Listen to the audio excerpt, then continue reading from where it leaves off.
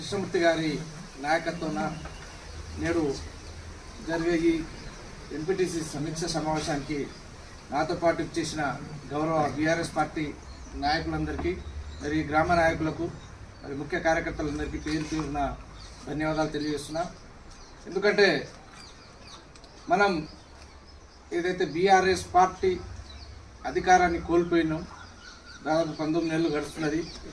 అధికారం పోయిన తర్వాత ఎప్పుడో సంవత్సరాల క్రితం జరిగే ఎన్నికలను కాంగ్రెస్ పార్టీ ప్రభుత్వం ఎన్నికలు నిర్వహించడంలో చేతగాక ఈ ప్రభుత్వం తాత్సారం చేస్తూ ఎన్నికలను ఆపుతూ వస్తున్నది.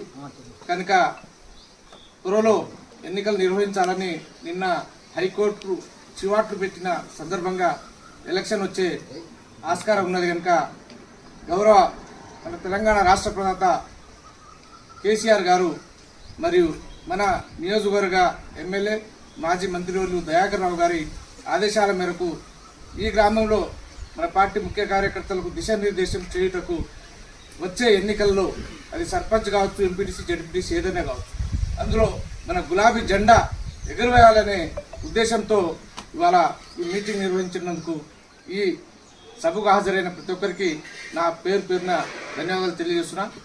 ఎందుకంటే ఈ రాష్ట్ర ప్రభుత్వం 420 హామీలు ఇచ్చి 6 గ్యారంటీలు ఇచ్చి ప్రజలను తెల్లారే నేను 7వ తారీఖు అధికారంలోకి వస్తా, 9వ తారీఖు పోయి 2 లక్షల రూపాయల వరకు రుణమాఫీ అవుతుంది, ఏమైనా తెచ్చుకునే వాళ్ళు పోతే తెచ్చుకోమని ఎన్నికల సమయంలో కాంగ్రెస్ పార్టీ ఇచ్చిన హామీ. మరి దాంతో 2000 వస్తున్న పింఛన్ను 4000 తెచ్చుకొని 4000 అయితే అని ఏదైతే వృద్ధులకు, విద్యార్థులకు, కార్మిక కర్షకులకు అందరికీ కళ్ళబల్లి మాటలు చెప్పి అధికారంలోకి వచ్చి ఈ రేవంత్ రెడ్డి మాటలకే సరిపోయింది. కానీ దాదాపు 19 నెలలు గడుస్తున్నా కూడా ప్రజలకు సరైన సక్రమ పరిపాలన అందిస్తలేరు. ఇటు రాష్ట్ర ప్రభుత్వం ఫెయిల్ అయింది. దానికి తోడు మన పాలకుర్తి నియోజకవర్గంలో అత్త దగ్గర పోతే కోడలకు కోపం, కోడల దగ్గర పోతే అత్త కోపం, ఇద్దరి మధ్యలో.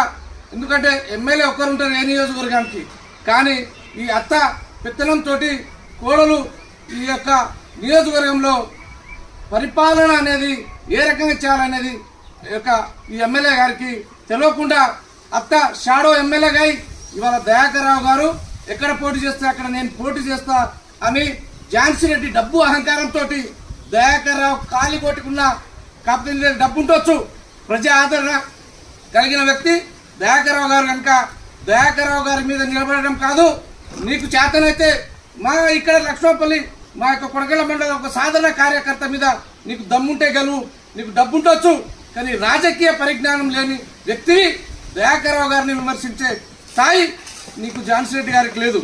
ఎందుకంటే ఇవాళ ప్రజలకు మీరు చెప్పిన హామీలను అమలు చేయడంలో ఘోరంగా విఫలమైన మీరు ఇవాళ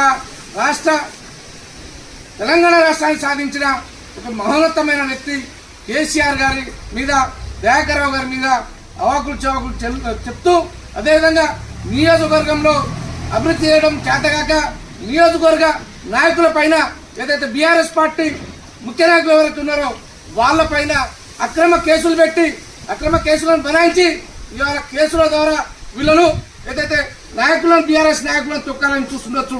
ఝాన్సీ రెడ్డి నీలాంటి వాళ్ళను పాలకుర్తి గడ్డ పోరాటాల పురిటి గడ్డ మీలాంటి వాళ్ళను ఎంతోమంది ఎంతమంది చూసినాం.